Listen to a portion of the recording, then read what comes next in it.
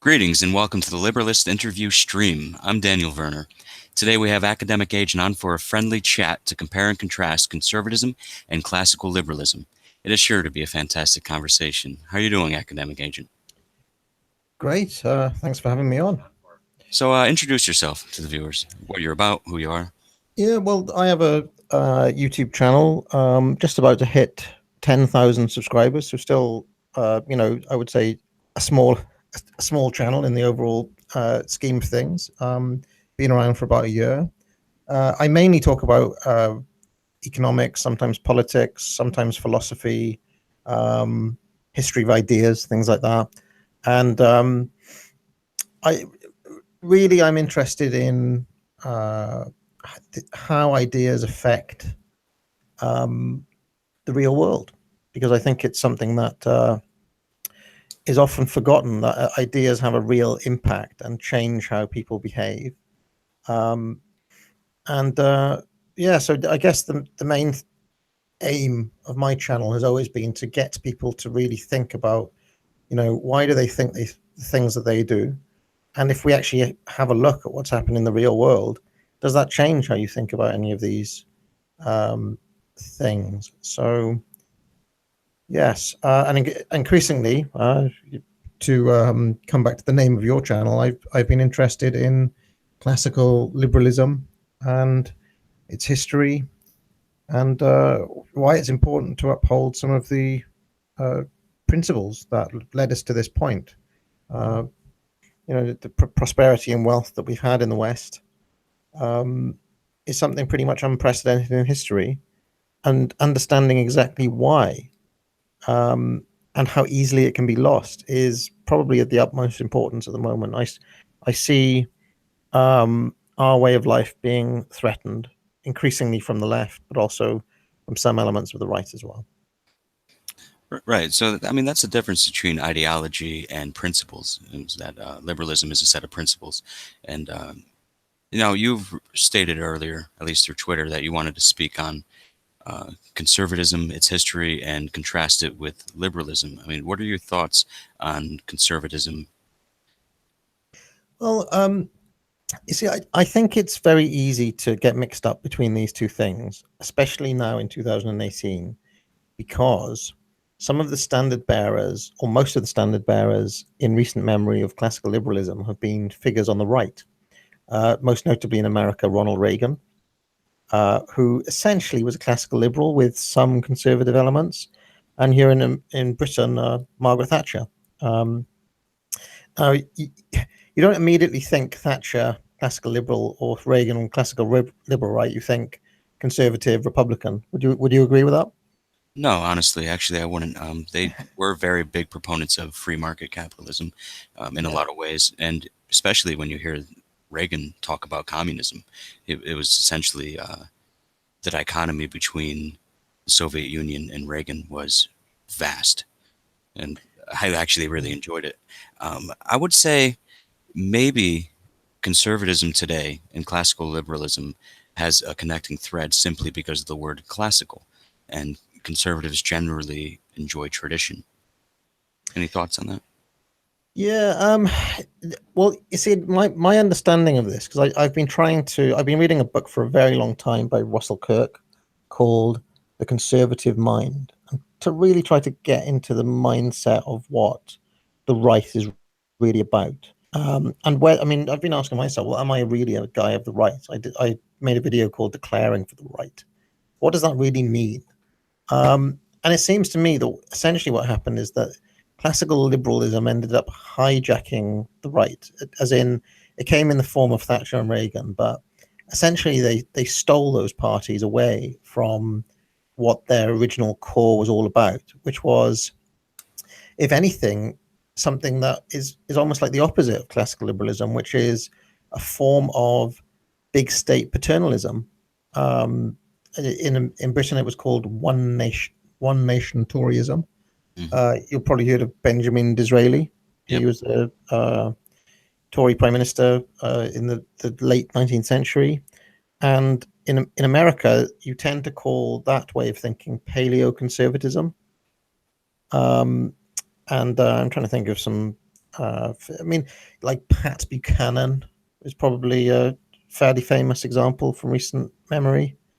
Um, Donald Trump has got some elements of paleo conservatism in it, although I don't know. There's Trump is difficult to talk about, but really, it's coming out that paleo conservatism or that older strand of conservatism is coming out of um, a way of thinking that thinks in terms of natural hierarchy, natural aristocracy, religious thought. A lot of time, uh, and that there are elements of it that are compatible with classical liberalism, and there are elements that are very difficult to reconcile. But as you know, what happens in politics in Britain and America, because we have two-party systems, is that there has to be what they call triangulation between uh, there has to be triangulation between people with different views. So, like what Ronald Reagan did very well is that he managed to get the religious right in America and the free marketeers essentially to buddy up while holding on to those social conservatives, the paleocons, and that was his coalition. It was kind of a broad church, but he was managed to bring all of them along. Even though when you start thinking about it, there are some really difficult issues there. Like if you asked, say, Milton Friedman, famously a financial advisor to Reagan and a very influential Chicago economist, what he thinks, like how should you tackle the issue of drugs? He would say, well, the first thing you have to do is stop making them illegal. Stop making what he would call artificial criminals Hmm. um, by coming up with this arbitrary law, and also stop put you've basically put drugs into the hands of criminals, and you've made what is already a problem even worse. Uh, whereas the answer from the conservative right has always been the war on drugs, and you can see that like that was an issue where Reagan sided with the conservative side rather than the classical liberal side on how to tackle that issue, because he had to hold the coalition together, right? Or maybe in his heart of hearts he thought the war on drugs was a good idea. But these are the sorts of issues where classical liberals and what I call true conservatives have clashed on in the past. Right. So you mentioned the religious right earlier, Mm-hmm. and my thing with Reagan and his triangulation, as far as getting his support base from the religious right, it felt kind of like the conservatives gave up in the culture war and shifted it over to the religious right, which was a totally losing proposition. Where do you think classical liberals fit into our like today's culture war? Well, see, I think that this is almost the weakness of classical liberalism because on many issues it just doesn't really have a view. Do you know what I mean? It's like, Right. well, whatever your morality is up to you. And I honestly feel it's not a demand of conformity of opinion, but rather it's a kinship of values. And like the best I feel liberal position is the right to defend and put out your ideas should be upheld at all times. right. So yeah, you've got freedom of speech. You've got if if there's a dispute, it should be settled by rule of law. There are all of these principles as you talk about that we'd all sign up to. But there's nothing prescriptive. There's nothing saying, well, you have to think this, otherwise you're bad. You're a bad.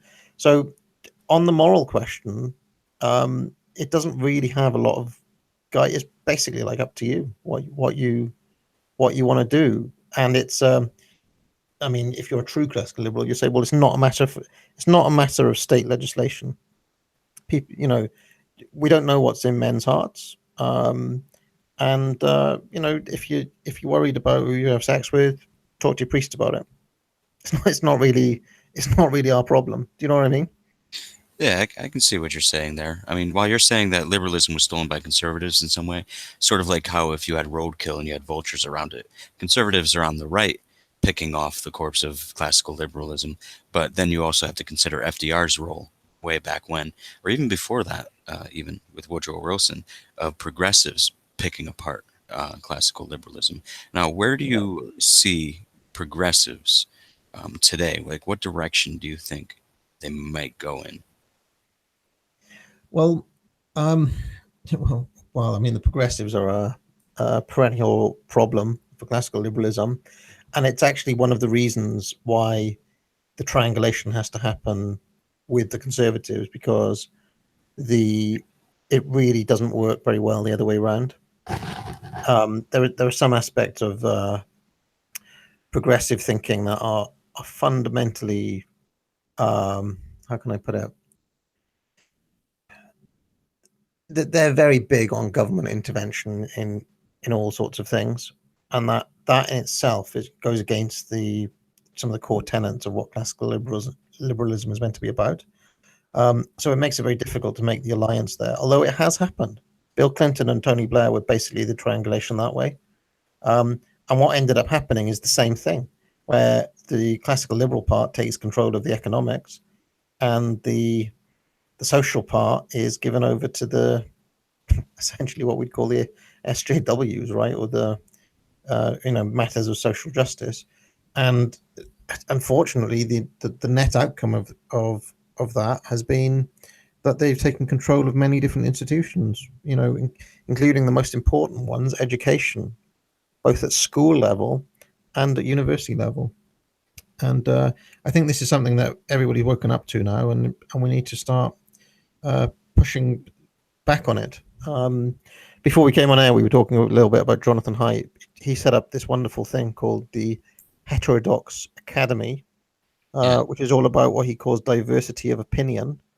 And I mean, especially at university level, that is one of the most important things you can possibly um, have. Um, Unfortunately, progressives have never really liked diversity of opinion. They have always seen themselves as almost like, the moral good, the good people, and they tend to see their opponents as being evil people. And if you see your opponents as being evil people rather than simply people that you disagree with, it stands to reason that you would want to shut them down and attack them and uh, smear their characters right. and so on and so forth. So I do actually see them as being people who need to be who need rather than work with, they actually just need to be defeated. And I actually think they're in a downward spiral at the moment. We're seeing the death throes of this um, rather than the confident assertion of it. Or, or that I think they're on the ropes personally, but that's an extremely dangerous position to be in. Not only for them but for us as well. If now, if you consider your triangulation theory, which I do like, um, would you agree that maybe it's not so much left versus right as it is authoritarians versus the individual? say that part again. Sorry. The Oh yeah, I'm saying, like, would you agree that it's not so much as left versus right, if you consider the economic matrix in the quadrants, but it's more the north versus south authoritarians versus Mhm. individuals?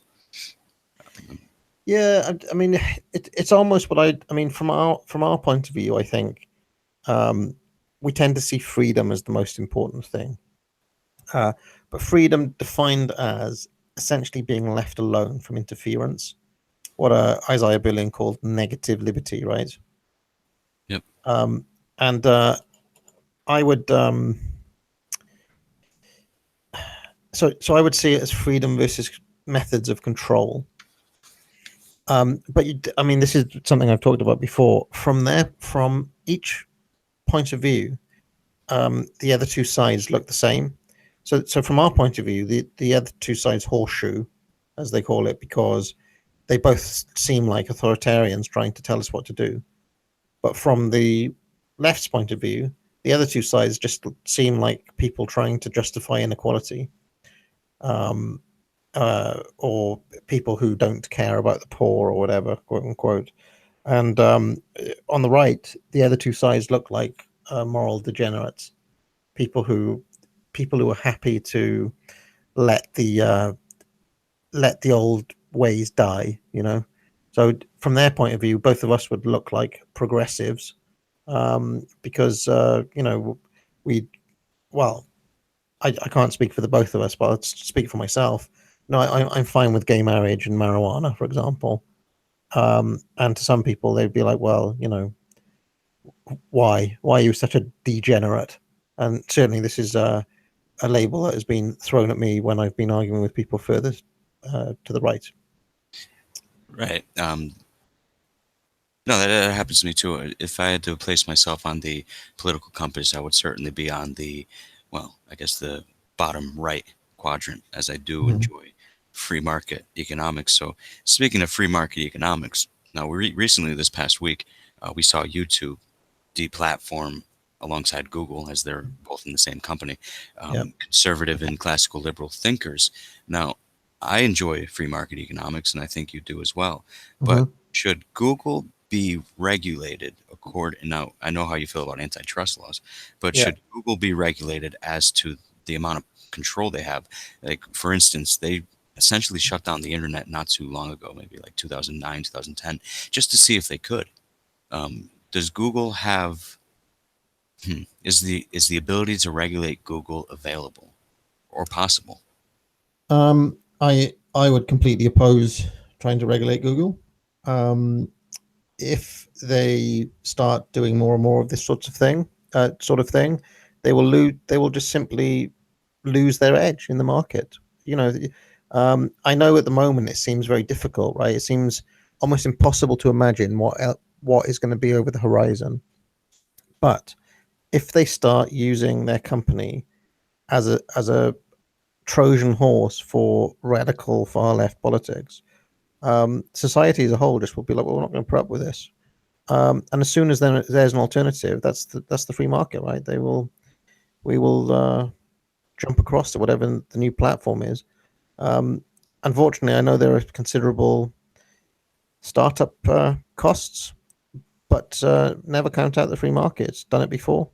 There have been companies bigger than Google, more important than Google, who have crashed and fallen before now because they've failed to understand the reality of the times.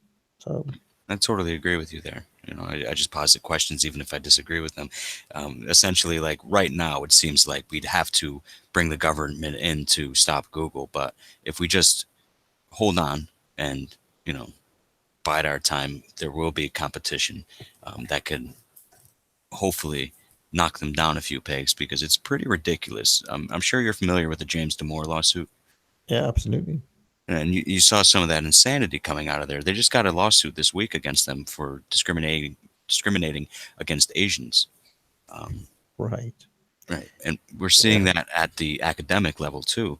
So if you look at the progressives as in terms of culture, at least in America, I'm pretty sure it's in Europe as well.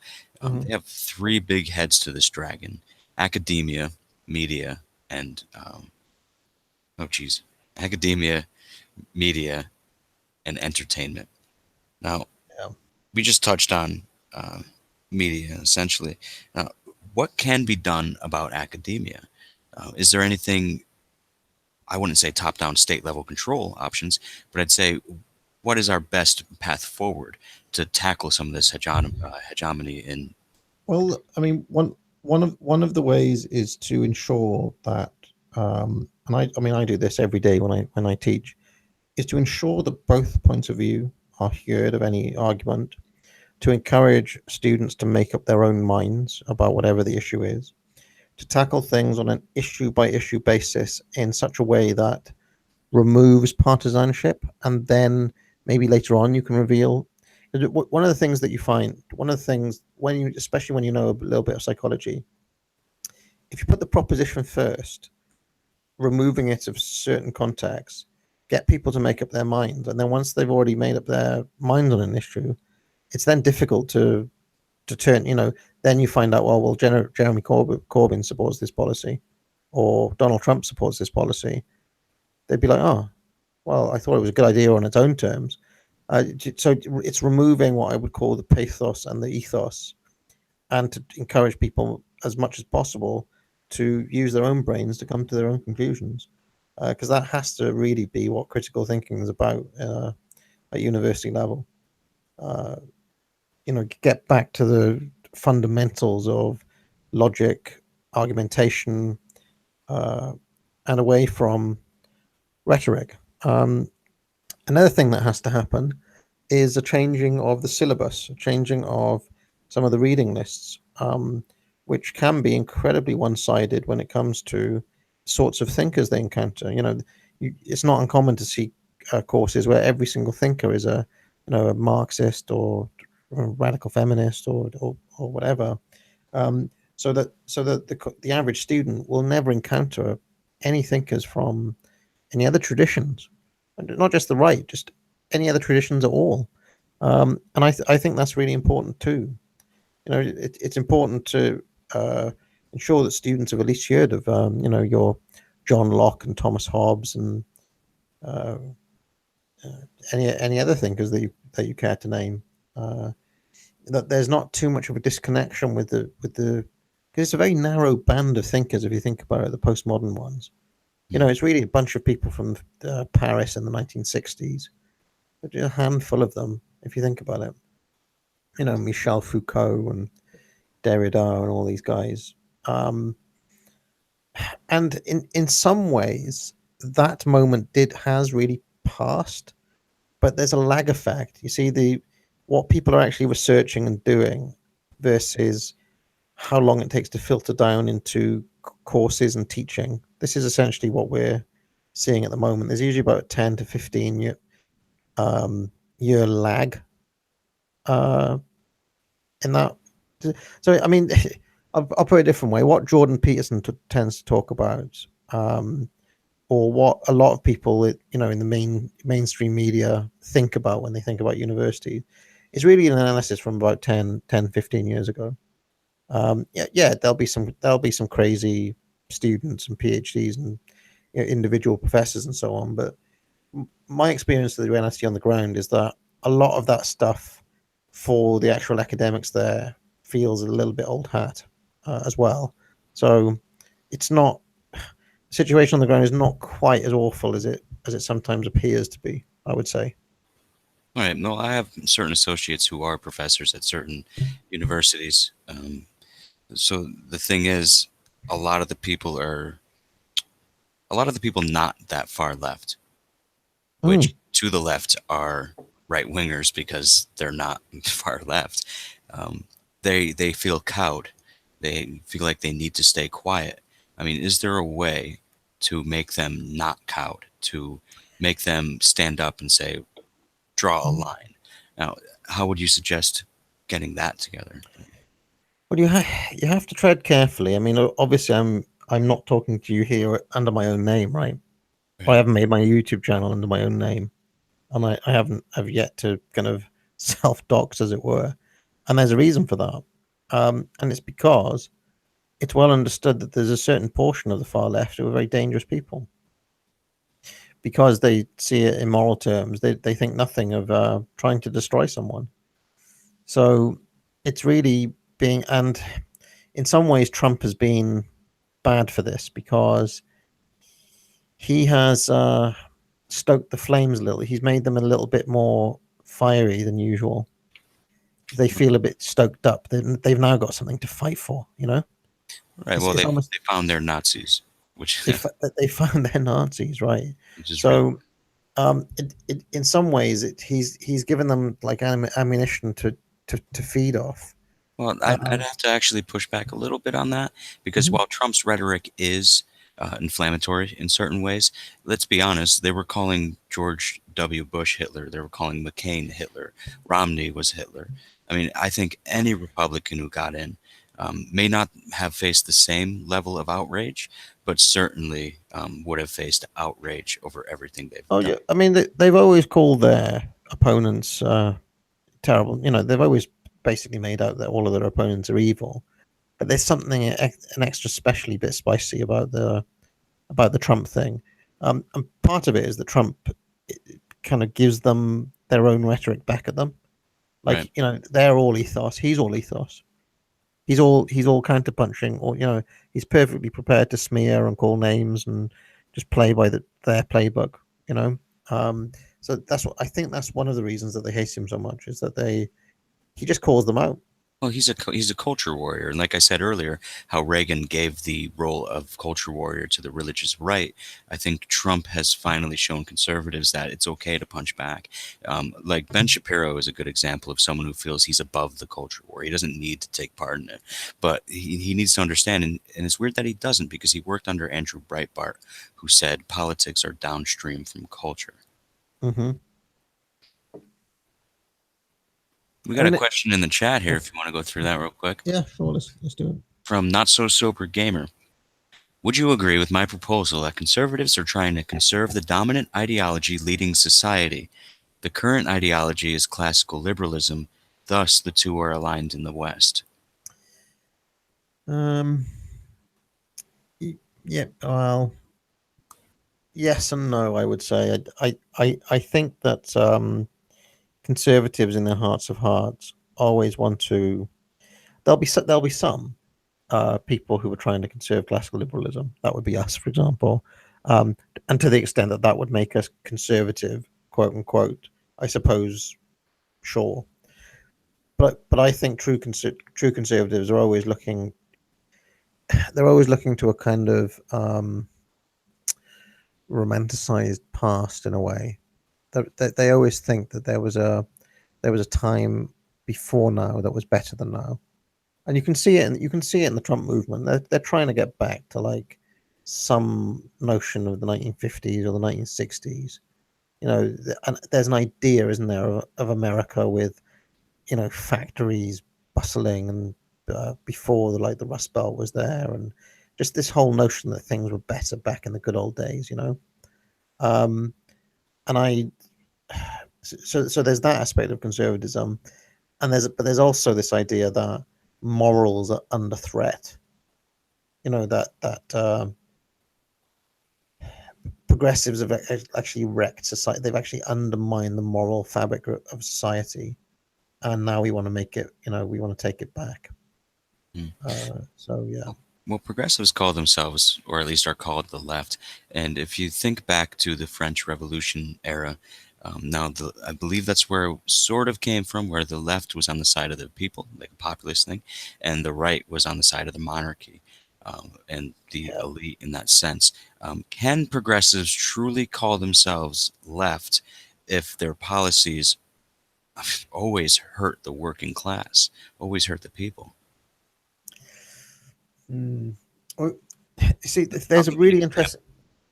Yeah. there's a really interesting thing with the left is that the left, the working class, the masses, have never supported the left properly.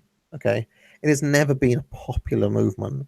It has always, from the from Marx and Engels themselves, been a curiously middle class phenomena.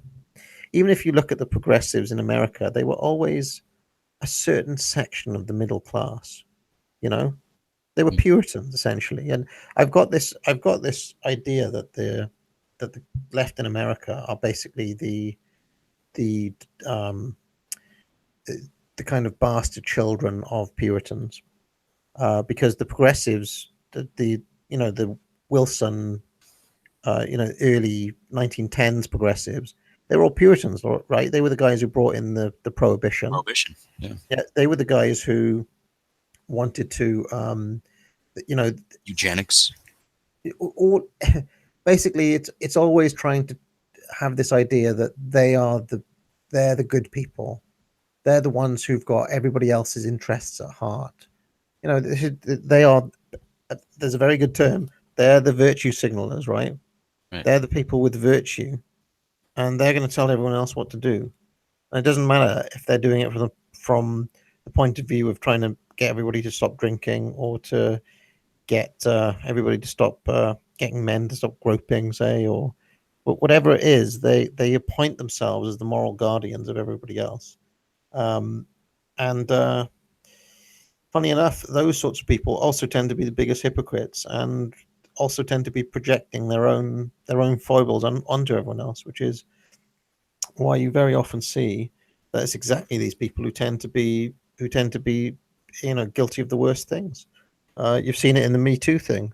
Like where have we found most of those people? They've all been like in Hollywood, or they've been exactly those people who've been preaching to the rest of us. Or recently, did you see that story in Oxfam? Did you see there was a big expose about the Oxfam Charity? I did Did you not see see that? that. So there's this big charity called Oxfam who do international aid development, and there was a massive scandal there. They found this guy who was using his position to essentially take advantage of some of the poorest people in the entire world.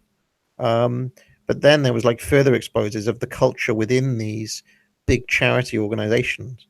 You'd think, wouldn't you, that they'd be full of nice people, but they're not. They're full of people who essentially kind of power trip, and because they think in their hearts of hearts, oh, I'm a good person. I'm a good person because I'm working for a charity, or I could be on a much bigger salary, but I've given myself to this, and therefore it kind of gives me the right to uh, be a terrible person, essentially. So I do see this pattern, really, where you get like some of the worst people in the world are exactly the ones who crow the loudest about their own virtue.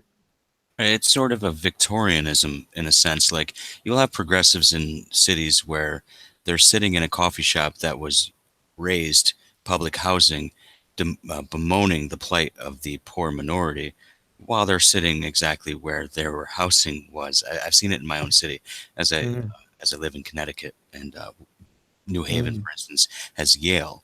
And I remember Keith Ellison. Are you familiar with Keith Ellison? No, no, I don't know Keith Ellison. Okay, he's the deputy chair of the Democratic National Committee. He's from Minnesota. He's basically an outright socialist, and I'm not even being using hyperbole in this instance. He was talking to a group of Yale students, and I'm in the middle of taking some garbage out of the kitchen because I'm working there. And he says to the Yale students, "Don't let anyone tell you that you're privileged." What is that? Talking to a group of essentially the pupae of the elite class, telling them that they're not privileged because of their skin tone. It's Mm, insanity to me. Now, you said earlier that you feel that the progressives are essentially the Puritans. Um, Now, I was reading Ben Franklin and a lot of what he said when he was termed the first American. That was the nickname he earned while he was alive. And he said the ethos of America to him was the light of the Enlightenment without the heat, and the mm, virtues of the Puritans without the vice. Um, so I kind of feel like those are the two energies in the culture war that have been spinning around each other for quite some time. It just happens now that the Puritan side of it, or at least the vices of the Puritans, are on the left now. That will mm, eventually shift. Um, but the problem is we're seeing a lot of heat from certain elements of the far right. Um, mm. so I guess my question here would be, how do you convince progressives, or at least those holding that ideology, that what they propose is actually worse in terms of outcome? Well, I mean, one of the things that I do um, is that is it. I think that you have to start with some really basic propositions. Okay, so a recognition for a start of human nature.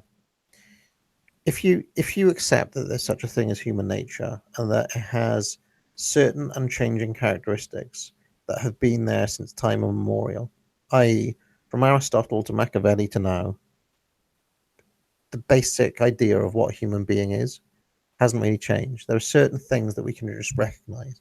Yeah, some of the specifics will be different, but some of the basic behaviors are unchanging. One of the things would be that humans are self interested, for example.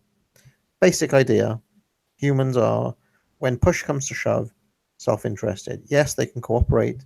Yes, they can have scope for altruism, but basically self interested.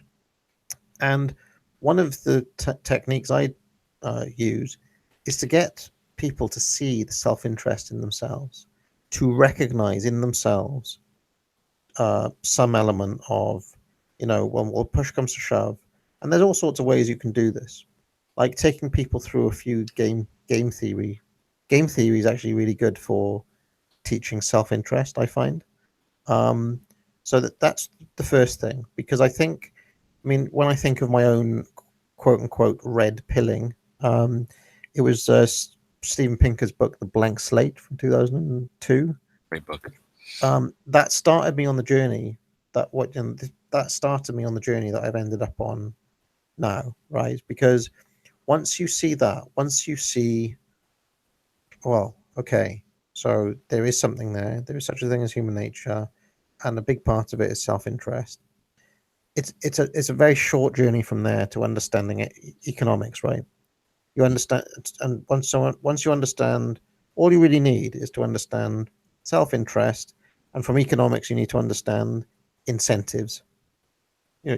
Why do you need incentives? Because people are self-interested. Okay, now you have those two things.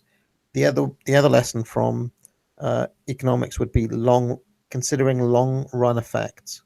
Yeah, long run effects. So it's Can so you many of the can you explain long run effects okay for me? so so many of the problems that we have in politics is that people don't look beyond what's just in front of them. Okay, um, and in fact, I can give an example that I was doing with some students a few weeks ago. Um, I said, well, how we were actually doing Machiavelli, funny enough, and I said to them, and we were trying to try to think like Machiavelli for a second. What do you think of this policy? There are 8,000 homeless people, and so we should build 8,000 houses for those eight and give those 8,000 homeless people 8,000 houses. Now let's analyze this policy. Now, pretty much all of them saw that, well, this is not a very good idea. Why is not a good why is it not a good idea? There's so many And reasons. I mean, there's so many reasons, right? And that is really where it starts. Start thinking about not just a quick fix for a problem. Start thinking, that's basically the left, right? It's categorical fixes for complex problems which don't work because they create knock-on effects. Right. So getting people to understand the long run effect. It's not. I mean, Thomas Sowell calls it thinking beyond stage one. So okay, right. So we've built 8,000 homes for 8,000 homeless people. But what happens next? Well, one of the things is you've created incentives to be homeless now. Now what happens when there's 8,001? Do you have to build another home for that? But like you don't really fix the problem, right? Yeah, and my house value goes down, especially if I'm near those homes, because, like Aristotle said, what is held in kind won't be taken care of, to paraphrase. Exactly. So once you get somebody to start thinking beyond stage one, and also the other key lesson is trade-offs. It's understanding. Well, if I do this, if I take these things from over here, it means I can't have that. And that's something else that I found that people I mean, once you actually start sitting down with people and speaking on this sort of level, they can see it themselves. They can see, well, okay, that, you know, this isn't going to work because it's going to create a problem over here. There's another text I teach called Utopia by Thomas More. Are you familiar with this book? No, I'm not. I'll write it down so I can look it up later. So in around the time that Machiavelli wrote The Prince, there was another chap called Thomas More.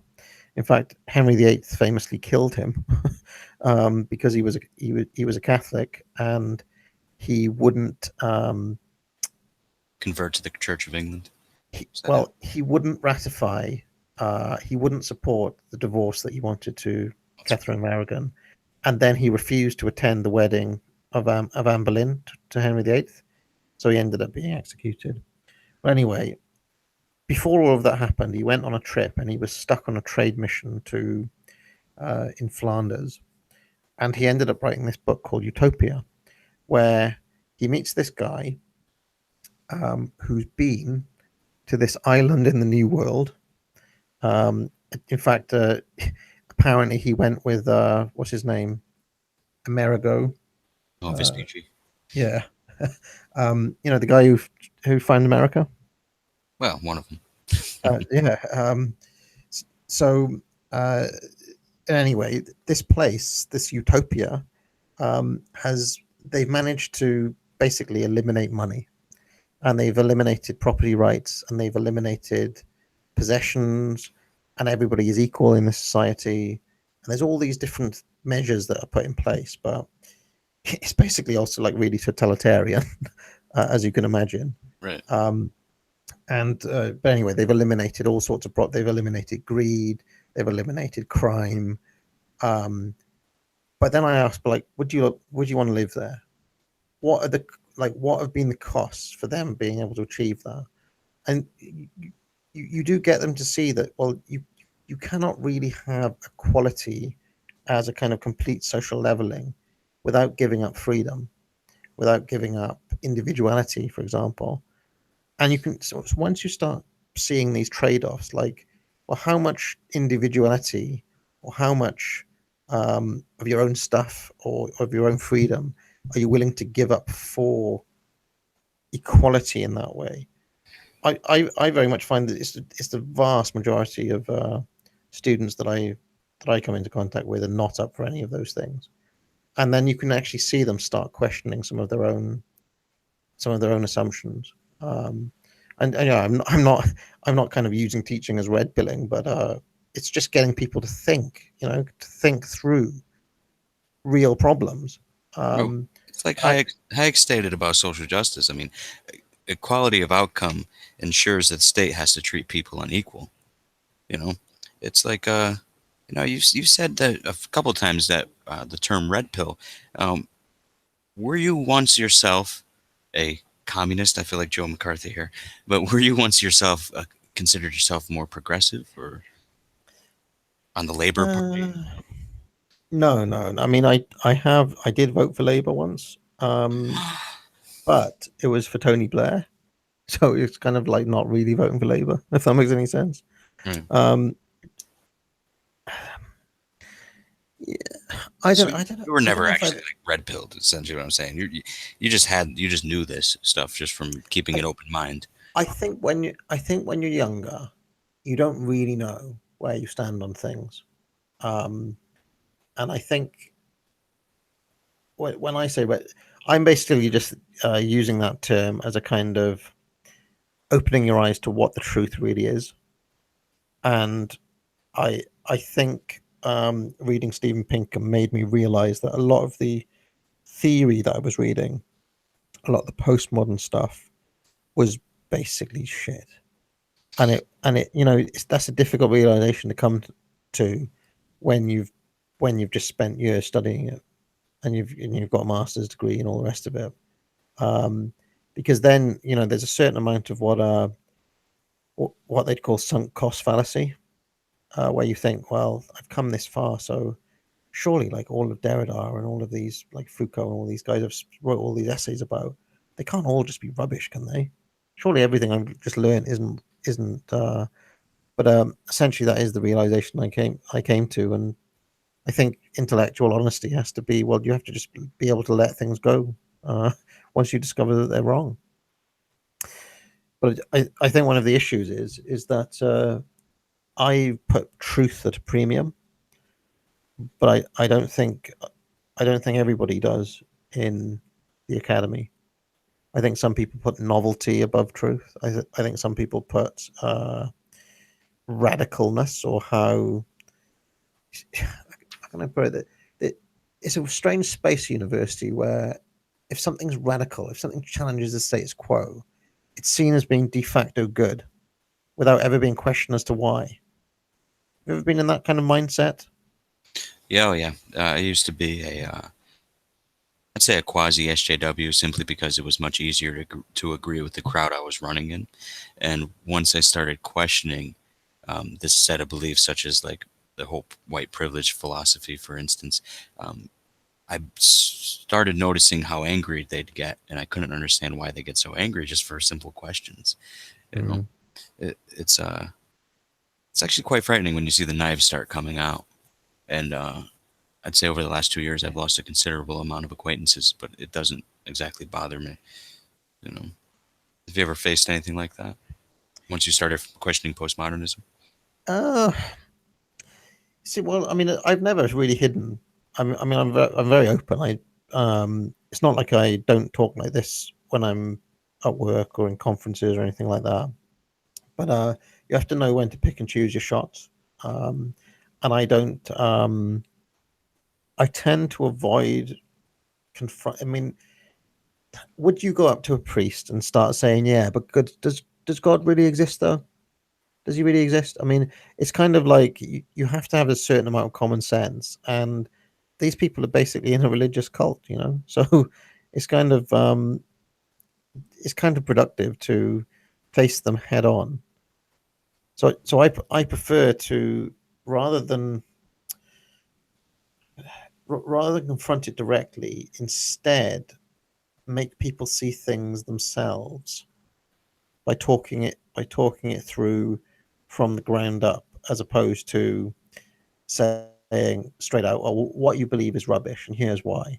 But instead, like starting with something very small and then um, working through all working through all the things. Like there's been this strike recently um, in the UK. I don't know if you know about this, um, but all of the university lecturers are on strike at the moment because of some disputes over pensions. Yeah, I've seen that. Um, and I did not take part. I'm not a member of the union. And when I've talked to people about this, I've just started like with the numbers, gone through the numbers and talked it through, and then saying like, well, you tell me what's meant to happen then. Even if you get your way, how's it going to change the economic reality? And I mean, I find that people are generally reasonable as opposed to not reasonable when you speak on that sort of level. But it's all about. I think it comes from understanding a certain amount of hu- heuristics and how people think. Have you ever read that book, Thinking Fast and Slow, by Daniel Kahneman? No, I haven't. That's another one for the list. I Thinking mean, fast and slow. yeah, I mean that's another kind of life changing book because it makes you see like one of the things he talks about is that once somebody's mind is made up, they tend towards confirmation bias. Hmm. So it's very hard to get somebody to overturn an existing belief. Right. Michigan State had a study on the same thing where those that held beliefs in their head and new information came in, they termed it blowback, where they would kind of a defensive mechanism against cognitive dissonance. Yeah. So basically, yeah, it's exactly this. So basically, if you go head on, if you try to approach something like that head on, you know, and the person's like a radical feminist or something, you're like, you go going guns blazing, or talking about the gender pay gap or wherever it is. And I have done this like once or twice. I've learned from experience as well, of course. Yeah, we all make mistakes. If you go in guns blazing like that, all that will happen is that the defenses will go up, and it'll just escalate, and won't be pretty, and nothing productive will come of it. You have to be strategic. You have to kind of kind of build up a picture and let them see it themselves. If that makes Right. any sense. No, it's like And you place the puzzle in front of them and you say, yeah, "Here, solve it." right. And that's basically how I. It's not only how I approach these things; it's also how I've been teaching. So I get the students to see it themselves. I mean, that's absolutely great advice. I mean, I think I'm Yeah. going to carry this forward and realize that you can't just confront people. You have to lead them to water, and it's But their choice if they drink. here's the genius here. Okay, once they've made up their own minds and they think it's their conclusion. Okay, then if somebody challenges them, they're much more likely to defend it because they form the opinion themselves. Right, So it's not me who's told it that they've come to that themselves. So then they confirmation bias their own conclusion. right. Um, so yeah, just understanding a little bit of what they call behavioral economics or uh, that kind of psychology is quite handy, I find. Well, it's sort of Um, like hacking the immune system of their mind. You know, yeah, it's kind of. I mean, I don't want to make it sound like too manipulative, but I do sometimes think I'm like, I basically just set them up to come to conclusions that I've already kind of, every once in a while I can see them like, every once in a while they maybe don't, but most of the time, most of the time, the kind of logical steps are already kind of there for them to connect the dots. Well, you're just kind of creating new pathways in their mind as far as how they think. Yeah. I don't wouldn't call it manipulative in any sense. Now we have another question in the chat I'd like to bring up, if that's all right. Mm-hmm. This one's from Bethany Davis. She was our last stream's MVP with 3 questions we read out. So, from Bethany to you, Agent. It seems like all these discussions don't start until they meet professors. Shouldn't we address this stuff sooner with students? Seems like all these don't have learning starting to. Um, well, one of the um, one of the problems that we have, and again, this is a failure of the right, or the right's inability to see what the left is up to on a cultural level, Hmm. or just the surrender. But one of the issues is that once education, I'm talking about school now, once school education was made a state, um, a kind of an issue for the state to make. That is, once you say everybody has to go to school and the state is going to put on this education, teachers basically tend towards left. I mean, I don't know if you've seen any stats on this, but I'd imagine the vast majority of high school teachers vote Dem, Right. and belong to unions. And yet administrators vote right. Administrators vote right, but teachers vote left, right? Mm. And they're also going to be members of unions most of the time. Oh, yeah.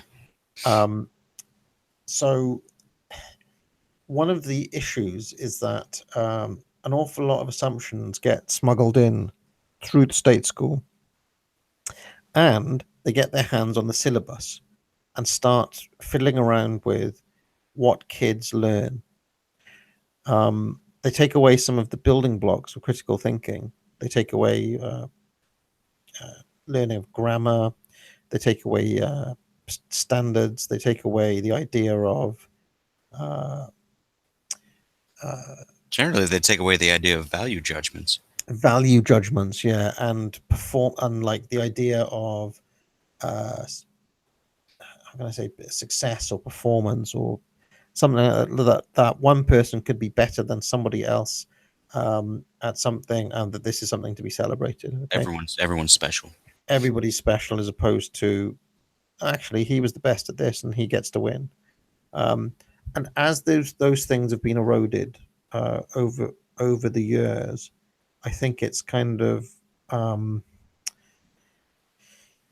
it's kind of it hasn't wrecked kids, but it's certainly weakened kids' ability to think. Stefan Molyneux actually talks about this quite a lot. He thinks that the state is kind of responsible for creating generations of like neo morons. I wouldn't go as far as that, but He's a little harsh, but yeah. you understand the point, right? And Right. when you look at kind of literacy levels in America, um, it doesn't look great. Like, Detroit high schoolers are reading. Detroit high schoolers are reading at a fourth grade level on average, you and it's know, a and good way. It's a good way to keep compliant voters available. That's basically what Stefan always posits, and I can't really find an argument against it. Now, as far as Bethany's question go, maybe I'll posit this to you since I can't speak to Beth. Is maybe in grade school and younger and such, we introduce more skilled trades. Because in my personal experience as a chef, and now I'm going to school in a skilled trade to become an electrician, mm, um, I see that learning the value judgments have to be there in skilled trade. Because if you're a poor carpenter, you'll see the result of your poor work immediately. And to teach yeah, kids that it's okay to have faults, it's okay to be, how do I put this? It's perfectly fine to have flaws as long as you work on them and you take responsibility for them. What yeah, do you think about skilled trades for youngsters, for school age children? yeah. I would certainly. I don't see that being a bad thing. Um, I actually think that we also need to get away as a society from this idea that there can only be one path to success, that Hmm. being the academic path. There are many different ways of making a success. And I think one of the problems that has certainly happened in this country is that, it's just been like, you have to go to school, you have to go to university, you have to get a degree, and then you go and work in the city or something. And this is just like a one note achievement culture. So I actually would want to support people going into trades more, and actually being encouraged to. Not everybody can be academic. It's all right for some people to be electricians or carpenters, or to go Yeah, into various vocations. It would probably Society would probably be better off for it.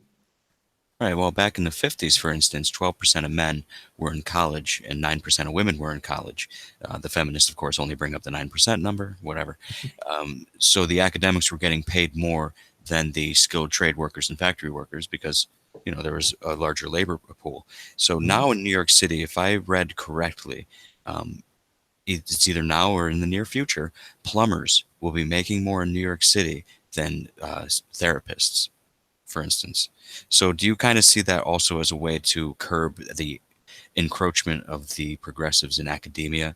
Is this idea that maybe that will inverse, where seeing as the labor pool is shrunken in skilled trades, more people will eventually go into the skilled trades and invert that pyramid, so to speak? Ideally that would happen, but unfortunately, incentives are perverted in such a way that welfare. And what's happened in Great Britain is that, I- the kids that ideally would go on to be the plumbers and the electricians, and go on to the skilled trades, instead have just gone on to welfare. And the people who come in to fill those holes are people like from Poland or Romania, or they're coming in from Europe to, Mhm. to to fill those jobs. And I imagine a certain amount of that happens in America too, where the people who should be doing those jobs don't, for whatever reason. Um, and even on top of that, even look down on the idea of it, because there's only this like one idea. It's the idea that only white collar work is worth doing, right? Um, and that there's a certain amount of condescension or looking down uh, on those traditional blue collar trades. Um, yeah, I mean, ideally, what you said would happen, but I wonder if Honestly, I feel the idea that you have that people look down on blue collar trades um, doesn't exactly jive with the large majority of America. Um, there's certainly still that kind of um, what religion was that? That work ethic of the Protestant, like that Protestant Protestant work work ethic. ethic, Yeah. is absolutely still a big item. The problem is with our increased migration of essentially undocumented aliens, um, the wage floor for certain trades that do not require licensing, like cooking, being a chef, or Hmm. being a carpenter, doesn't require a license. The wage floor has been stagnant for a long time. It's why I'm leaving the kitchen. And I'm just a high school dropout with a library card. And the idea that I can just go, all right, well, I need a new trade.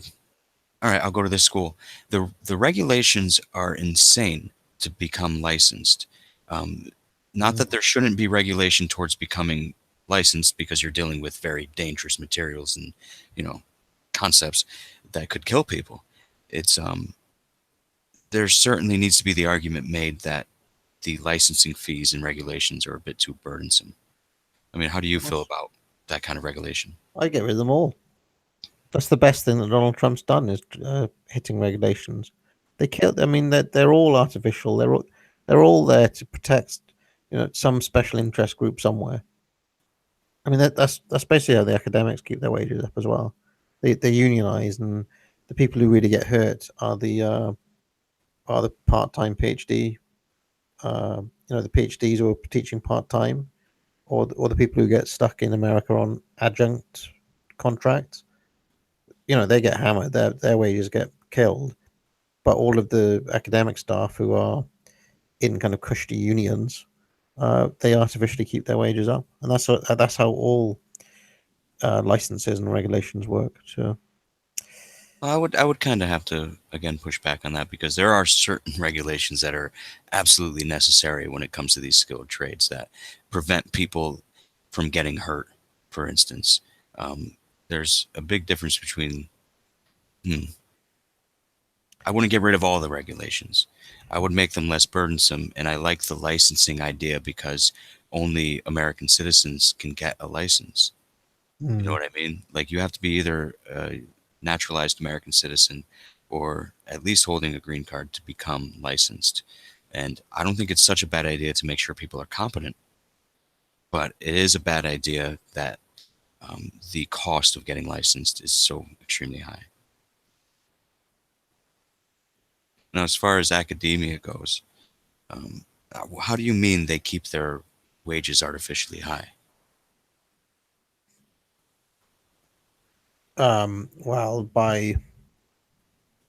Well, I'll give you some examples. It's virtually impossible to be fired for one, Hmm, so that's going to keep your wage high. Um, so effectively, you make it a kind of dead men's shoes type profession, with all sorts of benefits and things built in. So you restrict the kind of movement that can go on, and that's going to push the wages up. yeah, Um, well, there are other forces that push the wages down, which is the fact that it's a job that a lot of people want to do. So effectively, if somebody, for every job, there's going to be hundreds of applicants, right? Um, and that is a certain downwards pressure on the profession as a whole. So, I so totally agree with that. Now, yeah. the way I see the far right and far left is the difference between the far left seems to be a linguistic kind of movement, where the far right seems aesthetic, not Mhm. exclusively, but extremely far. I would like to talk for a minute about the idea of discrimination as a useful tool. You'll hear the left, if you even utter the phrase discrimination, you are a hateful bigot. But Yeah. now you certainly know a lot about capitalism. How do you feel discrimination should operate in capitalism? And I mean, as far as like an employer hiring people. Well, you've got to hire the best person for the job, haven't you? All right, so I have this one instance that I'd like to bring up. I was Mhm. working at an Irish pub, and the owners were from Dublin, and they wanted an authentic experience. So they would only, for behind the bar, Mhm. they would favor Irishmen. Now, would you see that as fair discrimination or Well, yeah, because an essential skill for the job is to be Irish, right, right, and because it's a skill, isn't it? It's a kind of, um, I mean, it's like if you were playing Othello, it's kind of pretty important to be black, right? right, So, so there are certain times where part of the skill set will actually be uh, your race or your culture or your accent or something. So I can see that. well, as far as the left's hatred of the term discrimination, um, of course they're being incongruent because they discriminate against anyone with the wrong thought. Um, so, with that in Mm. mind, um, how can you take back the idea of discrimination as a useful tool? We've talked about changing people's minds going through the side instead of confronting them. But I mean, discrimination is such a loaded word, but it's such an important tool. Well, maybe just do what the left do and shift it to another word, decision, for example, or judgment, or because ultimately, what are we talking about here? We're talking about making judgment calls, or making a call. You have to make a call. Right. Um, you know, I mean, Essentially, that's all it is, right? I'd say essentially it's meritocracy. And Right. and to me, a meritocracy is the equality of opportunity. It's allowing people to the opportunity to take their skills and expand on them and hopefully push down their flaws and become successful. because they'll be chosen based on their merit as an individual. And that's one of the principles that is not there on the Liberalist Society that I will say I wish I saw back, because it used to be there and then it was taken off. And I mean, how do you feel about meritocracy? I assume it's your favorite thing in the world. Well, I mean, yeah, of course, you have to like the best person should be the one who wins. And this is one of the reasons I like capitalism, because it's got a habit of rewarding the it's got a built-in logic to to reward good things and to punish bad ones. um, so yeah, I would say though that you know the idea of discrimination based on race or based on gender or based on any of these things in and of themselves is obviously a bad thing. Um, Unfortunately, that lesson seems to have disappeared from thinking on the left, because increasingly we see them doing exactly that, just against white people. Um, I mean, in the Labour Party in this country, recently held an event where they charge different prices for people of different races. I saw So, that. and I mean, that's literally apartheid, right? I mean, that's literally segregation.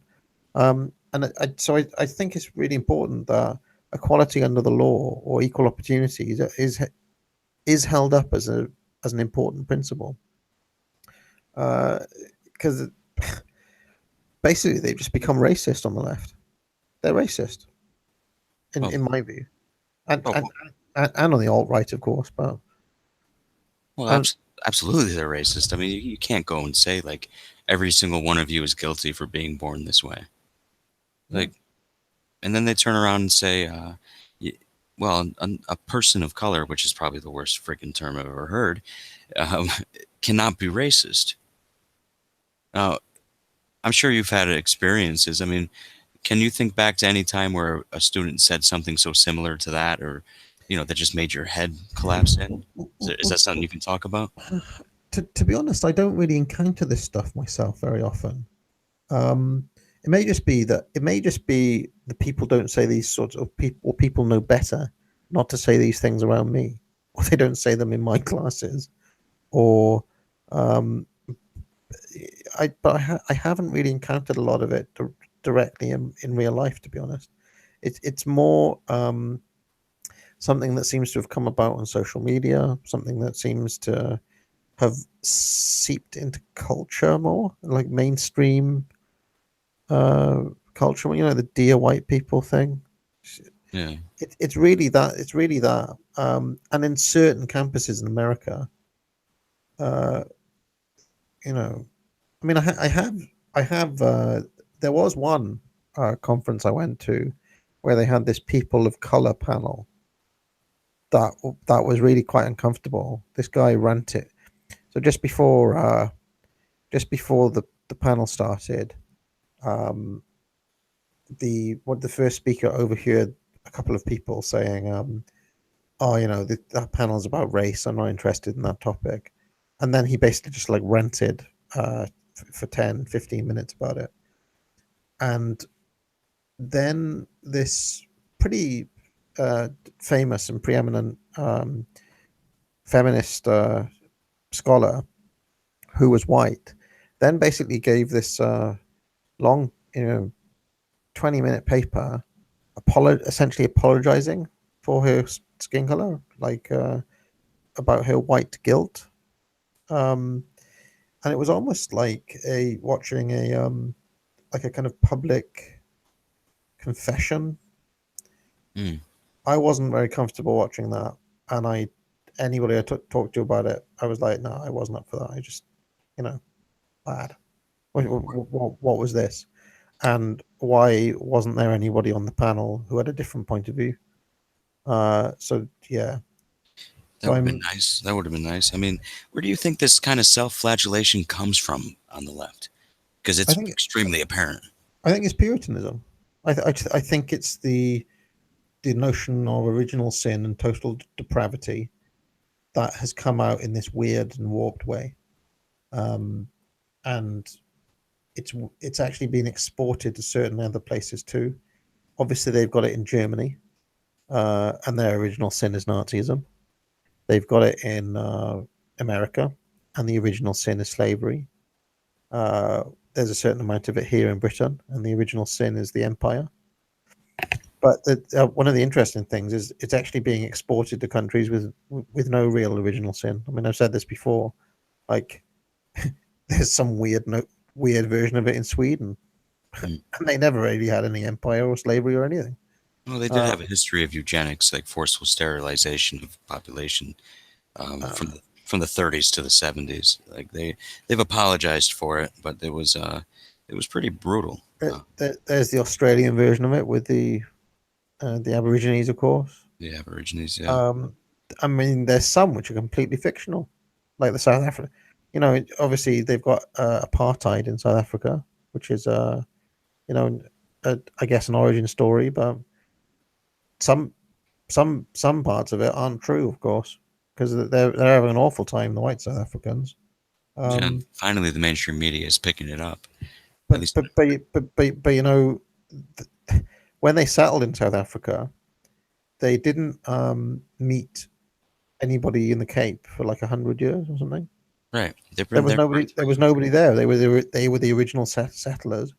And I mean, if you actually go,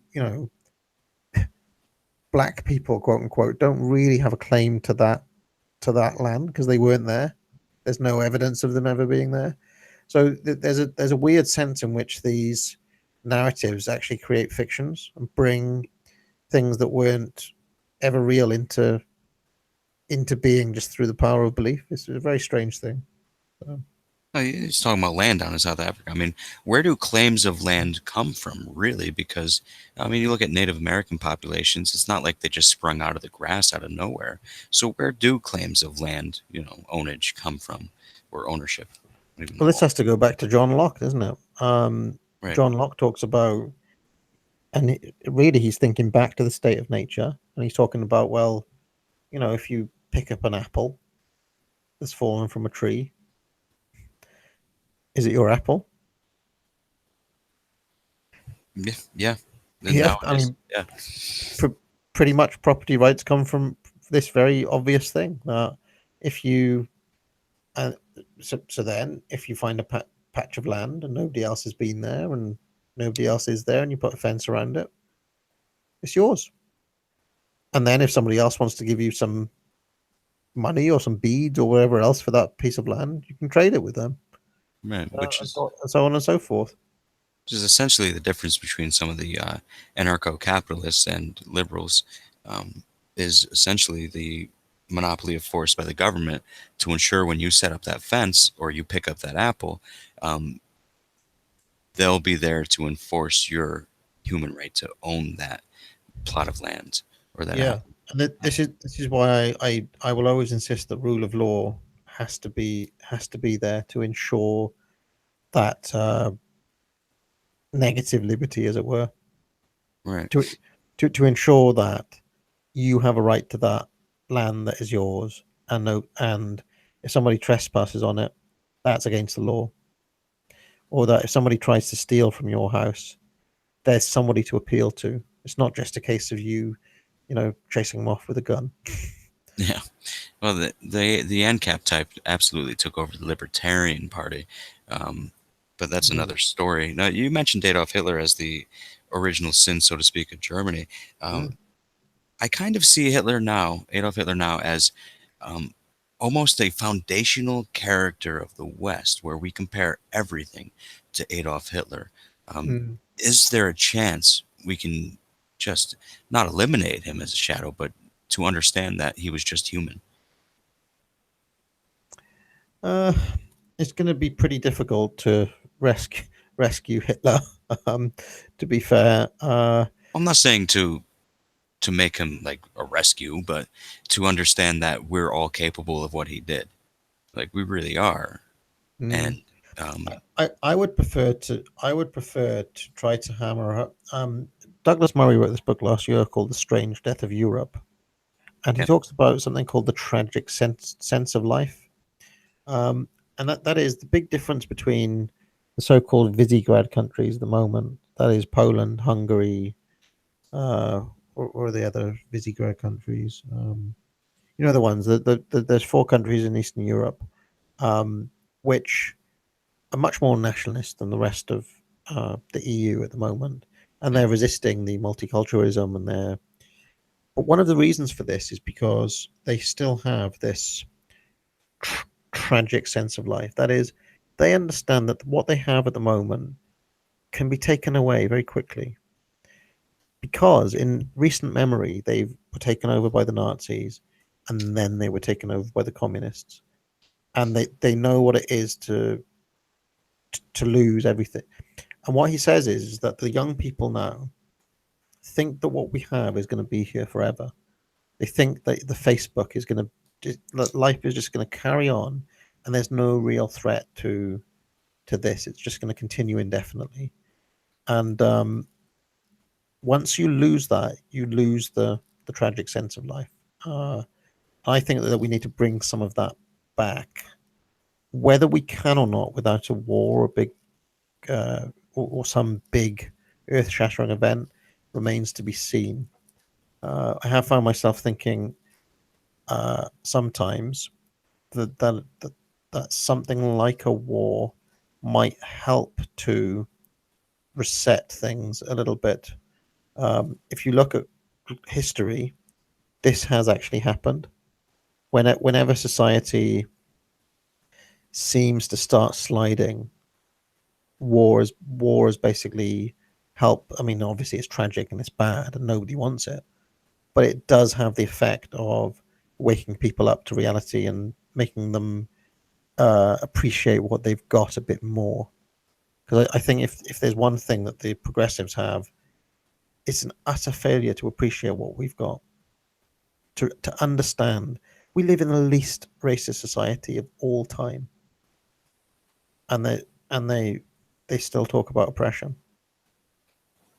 I Right. Well, mean, it's incredible when you think about it. while the left lacks, and I hate saying left and right, so, but for this sake of this conversation, I will. People know what I mean, so I'll just say it shorthand. The left will lack gratitude towards what the West has brought us as far as prosperity, security, Mhm. and the right will ignore the warts. It seems like the conservatives ignore the warts, and rather just defend authority at all costs. Now, do you view? Is it fair to say you view liberalism as sort of the third way, the middle ground between the lack of gratitude and the embracement of authority at all costs?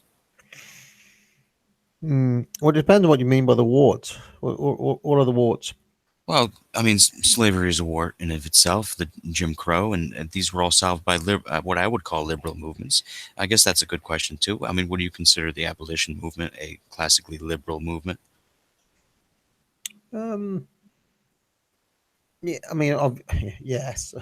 Uh, I think obviously it was good to get rid of slavery. I think uh, the civil rights thing in the '60s stuff and Jim Crow.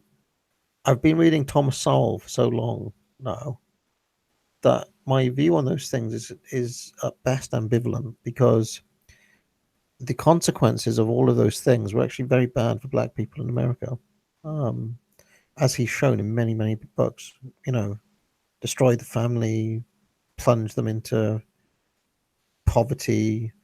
Uh, I mean, just look at Detroit from 1968 till now. I mean, it's just incredible what's happened there.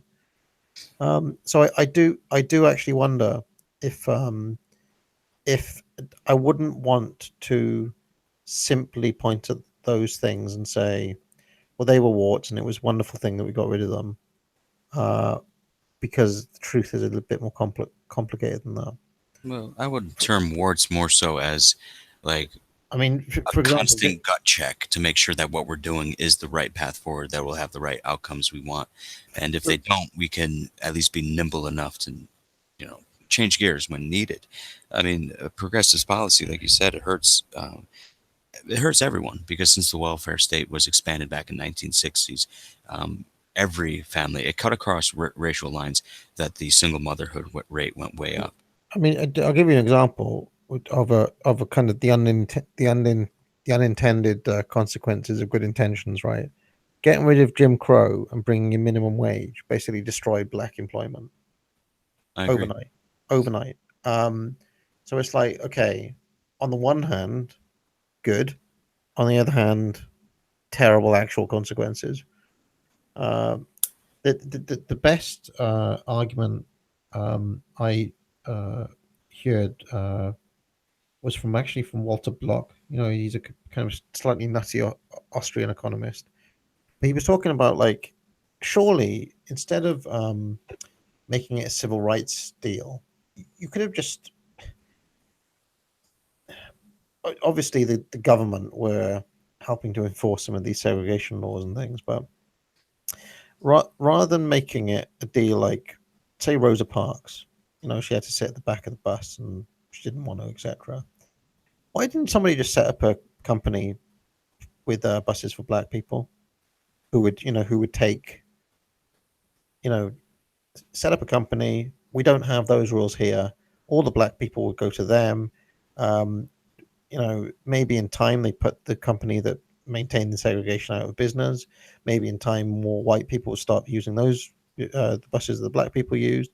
But there is a kind of way around this making it um, without making it a kind of law thing.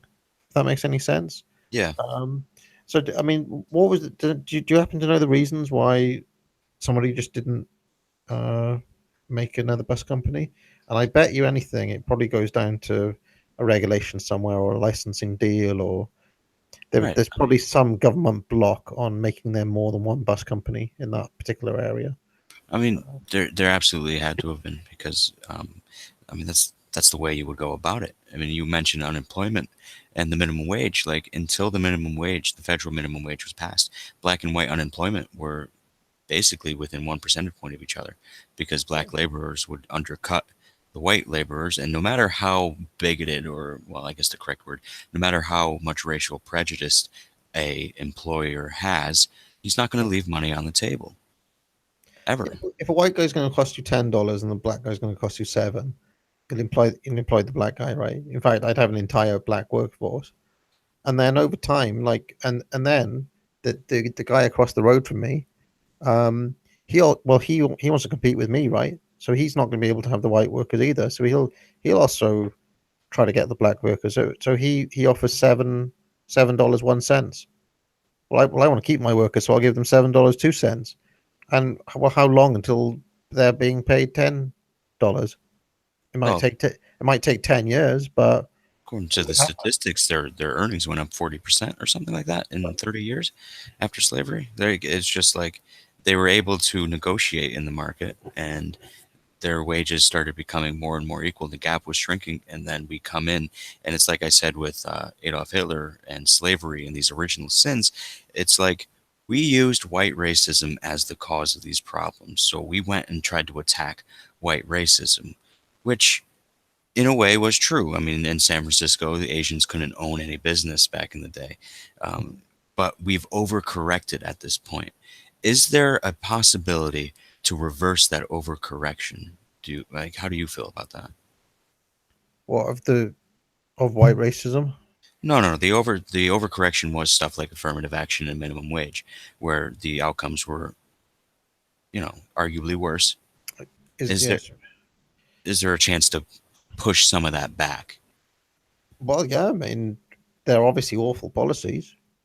And this one of the things I've been thinking about a lot recently is the problem of politics itself, as opposed to it. So we've talked about economics, but it's really down to the incentives of politics. If you're a politician, you want votes, and if you're giving goodies to a given group, you want to keep on giving them goodies, right? Otherwise, they're going to stop voting for you. Um, so you've got a built-in incentive to keep these things going and to keep these narratives going because they're each special interest groups, which are blocks.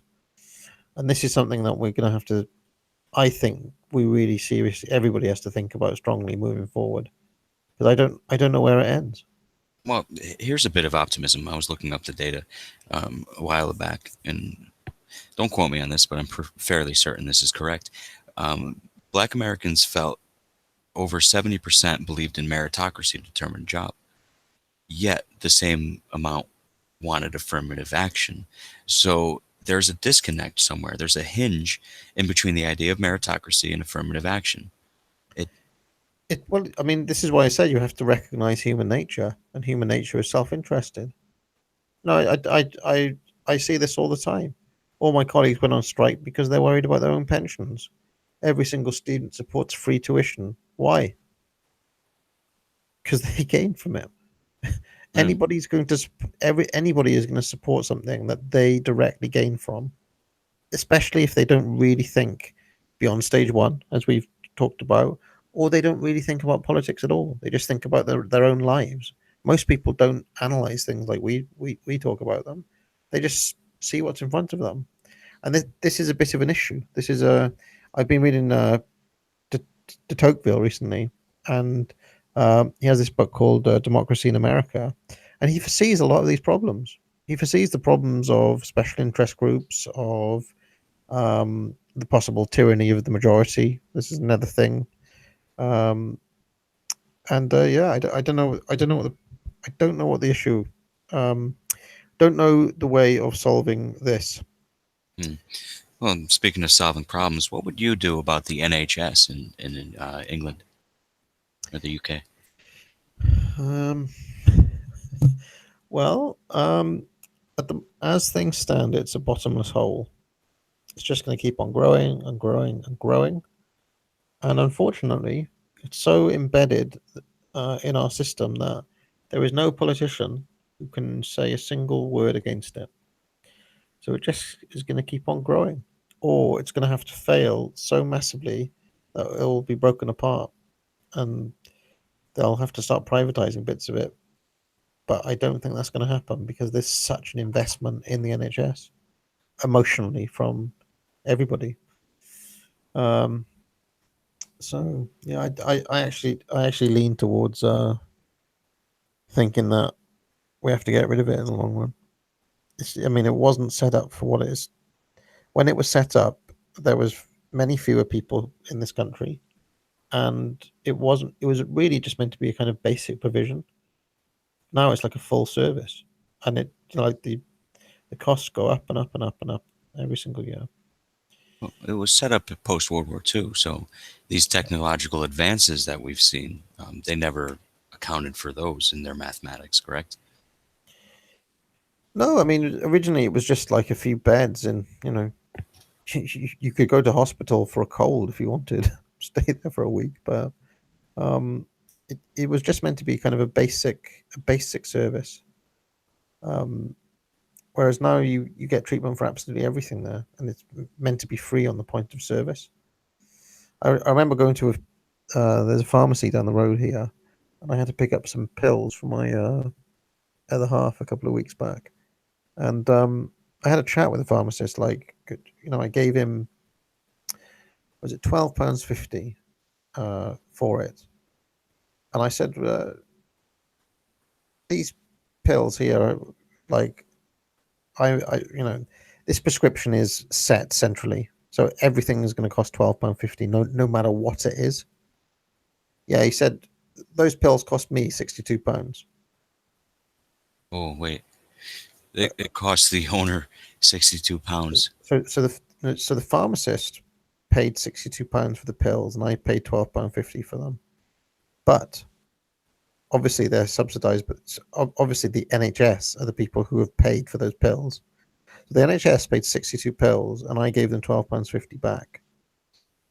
That means, but what he said, here's the thing: 80% of people who take prescriptions out don't pay. So it's only the likes of me and you pay. So the vast majority of people who are taking those prescriptions aren't paying for them. And That he said, sounds that's unsustainable. no, in fact, I'll tell you what it was. I didn't pay £12.50. I paid £8. And he said the average price of pills is £12.50. and I paid £8, but those ones happen to be 62 pounds. I was like, Christ, and that's just getting pills over the counter, right?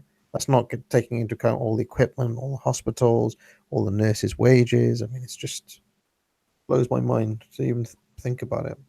Well, There's a no. lot. There's a lot of issues. I don't know if you know, for every 7 nurse jobs advertised, only one is filled. Yeah, yeah, I've read that. But nurses' wages are 20% below where they are in the rest of Europe. How does that happen? How can there be a shortage of nurses, but the wages of nurses don't go up? 'Cause you have what is it? You have wage caps, right? Yeah, because the wages are being centrally administered. They cannot respond to market conditions. So the basic laws of supply and demand go out of the window. What happens when that happens? All the Mm. costs go up. It's chronic. I mean, it's basically a communist uh, thing right in the heart of British culture, and everybody loves it. We can't get rid of it. So, Ugh, it's like a Trojan horse for communist ideology, really. We mm. have a question in the chat, if I can toss it to you. It's from Carlos. Does he think that a lot of the apathy towards the idea of free tuition, I don't think he means apathy. Does he think that a lot of the enthusiasm towards the idea of free, quote unquote, tuition comes from the fact that tuition is ridiculously overinflated? No, I don't. You think it I, comes ju- from human interest? I just think it comes from the special interest. In fact, there's some really interesting things around tuition fees because there was a chap came to speak at my university. He was a guest of mine a few weeks back from Belgium, right? And we were talking about how things work over there. And he was saying that in Belgium they only pay £600 a year or €600 a year for their tuition. Okay, and they also don't have any entry standards. There's no entry requirements. Anybody who wants to go to that university can go. What kind Okay, of standards do they have if they don't?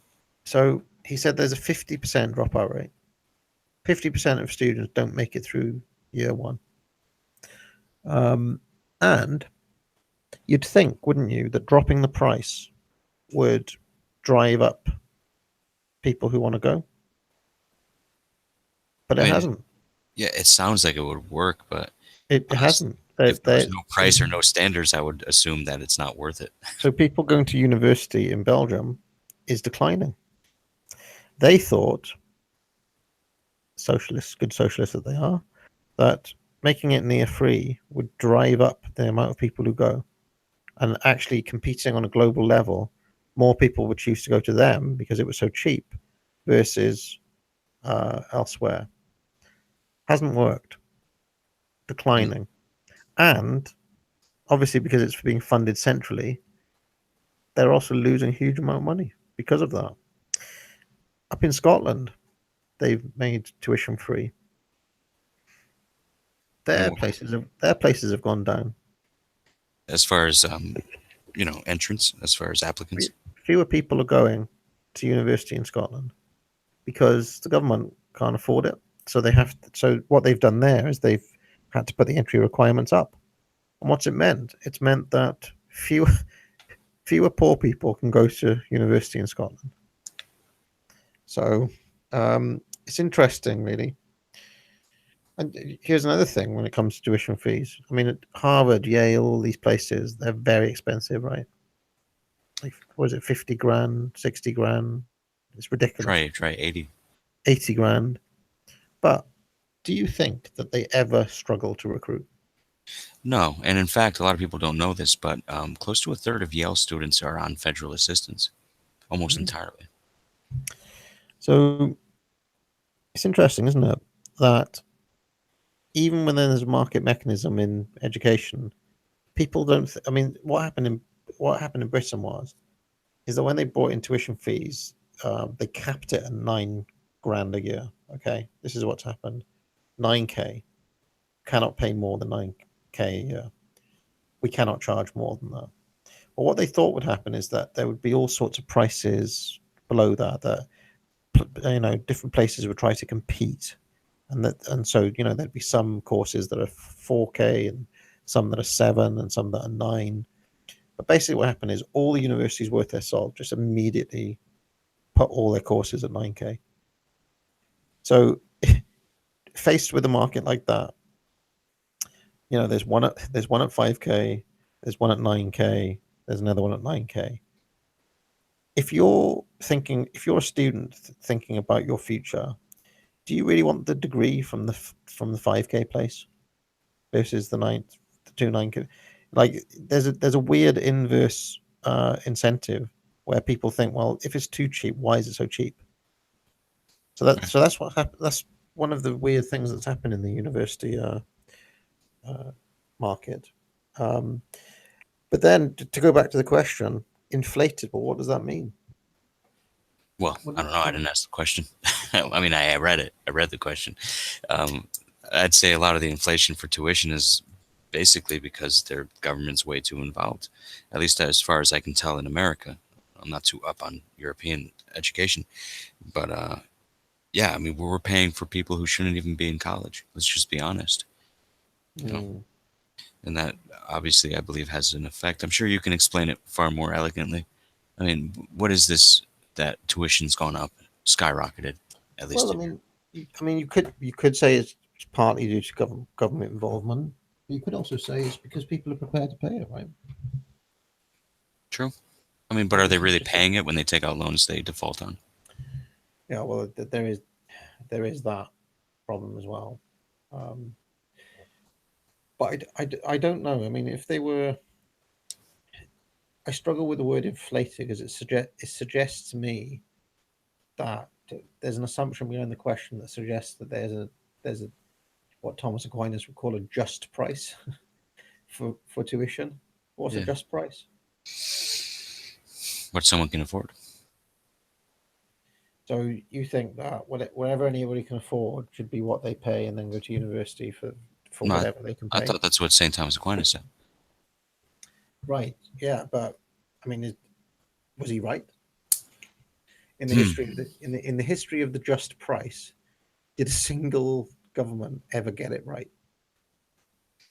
Oh, the central planners? No, they never get it right. There is no just price. There's no just price. There's no, I could think something's worth 20 20K. You could think it's worth 3K. It's all come back to value being subjective, right? So a market is going to find its level. So if Harvard can charge 80 grand and still completely fill all their places and have a massive waiting list of people Hmm. beyond that, And it's be not inflated. subsidized by the government itself. It's still not inflated, is it? Because they can charge it and fill, and there's still demand left over. So I'm not entirely sure that I understand what inflated means. No, I think he's basically referring to the cost of universities increasing over time and shooting straight up. You know, they really Mm. have. I guess I can look it up, but the increase in percentage of tuition costs has been astronomical. You know, and he's expanding a bit in the comment section. So he's basically he's talking about all the extras every year, like concerts and comedians and ridiculous programs and events that the Mm. diversity councils put on. I mean, one thing I will say is that there's probably a lot of what I'd call systemic inefficiency in universities. There's probably a lot of professors and things drawing massive salaries who do nothing, or whose productivity is very low, if you actually measured it. And this is where a lot of the artificial union stuff that I was talking about before comes into play, because universities can't really function like businesses. They can't be. They just don't function that way because of all of the perverted incentives within the academy Hmm. itself. Um, yeah. So they don't So understand human nature. Essentially, what our problem is in our culture is that we forgot what human nature is. absolutely. Yeah. And that's kind And of really frightening when you think about it, because that's what authoritarianism essentially is, right? It's people forgetting what human nature is, and they like Lysenkoism, if you're familiar. yeah, What, yeah, what they did in China, and for our listeners, Lysenkoism was, to really simplify it, and is I'm it gonna in get it. Russia and Soviet Union? Yeah, it was invented in the Soviet Union and put into place in Maoist China, where, well, these plants are growing. These farmers don't know anything. Like everything is a social construct, essentially, even plants, and they cause such mass starvation. It's just the ignorance on human nature is what I feel you can best describe authoritarianism as. You know, The- it's I wanna write this book called it's called The Defenders of Liberty provisionally, and I'm just gonna get up the proposal now because I've just written in the thing. I just think it'd be worth. I said the Defenders of Liberty will study 500 years of thinking about freedom in the Western tradition. Its thesis derived from thinking and from the derived from this thinking and from the observable experience of human history that the only concept of liberty which we can meaningfully defend must fulfill three criteria. One, it must not contradict human nature. Two, it must respect the individual as opposed to a collective or group. And three, it must protect property rights. And I think that any time any one of those three things is being routinely contravened, societies have lost their way, basically. mm, Um, and they all flow from one another, right? You have to recognize that human beings think first and foremost about themselves or about their family unit more often than not. Um, and you have to understand that as soon as you start thinking in terms of the collective or the group, you have already contravened the central principle of liberty, which is essentially where this liberty, which is essentially where your name comes from, right? The liberalist idea is really an anti-collectivist doctrine, as I understand it. well, extremely anti-authoritarian, and I think that's what America's founding principles were. Though the Puritans were authoritarian themselves in certain ways, they were escaping authoritarianism. You know, yeah. So yeah, that's how I think about liberalists. Now, would you call yourself a liberalist, even if just in this stream, just to make us feel good? Sadly, sadly, not anymore. Um, I did originally say to Sargon that I'm on board, but there's this. I don't know if you're part of it. There's this liberalist Skype chat thing. Oh, there's Discord. Yeah, maybe we Oh, shouldn't talk about this on air. well, not that I haven't been in. I haven't really gone on the Discord much, but Oh, I just played myself. and unfortunately, there's a lot of how can I say? I feel there could be compromising elements in the liberal in the collection of people who are involved in it. Because I genuinely think that if you're gonna support these principles properly, it cannot be compromised from the start by having like Bernie Bros and Social Democrats and stuff in there. Those Right. guys aren't like it, that's a corruption from the start. I don't think I think it's important not to like purity spiral, but like when you've got people like arguing for full blown like socialist schemes and stuff, you're already on hiding to nothing. We have to actually think about what happened to classical liberalism the first time around. Um, and we were just talking about the Trojan horse of the NHS, right? um, you know, this is how things go wrong because we see that as soon as you start giving concessions to uh, you know socialist schemes, um, they're just going to keep on growing and growing and growing and growing. Right. Well, that's Hayek's road. It's the Well, road to road serfdom. road to serfdom. Like absolutely. So we And have to start with Hayek, not with fucking Sweden or Denmark or whatever. right, Um, and I mean, I know I really like, and I really like some people who were involved. Like I think V is pretty uh, good on most of these issues. right. Well, Sargon is pretty good on most of them, but there's too many out and out leftists involved in the movement for me to be able to say that I am a liberalist at this moment. Oh, I have to tell you, the Facebook group that we admin, it's about it's about 12 of us admitting it. We're all in complete agreement with you as far as socialist programs go, and we have people in the chat saying like, disavow the NHS and all of this. But we're coming up on the hour, so I want to do a couple of questions from the chat and say Sure. goodnight. I know you likely are very busy, and the bar. I want to get to the bar, to be completely honest. Um, so let's see. Let's get some good questions here, guys. Now, what would you call yourself politically? Like, where would you stand? Like, classical liberal? Who, me? Yeah, Oh yeah, I'm a classical liberal. I you know I can never go full libertarian ANCAP because I just think there's. Do you remember what I was saying about human nature?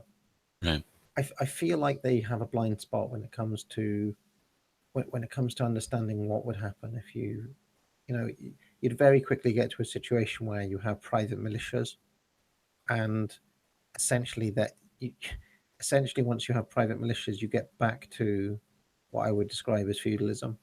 right. Well, do you feel that creating hierarchies is part of human nature? I think it probably is part of human nature. Right. Um, So that's my but argument against but ANCAPs. but hierarchies can exist like within companies, and clearly that's the best way for companies to work because that's why that's why there's managers and so on and so forth.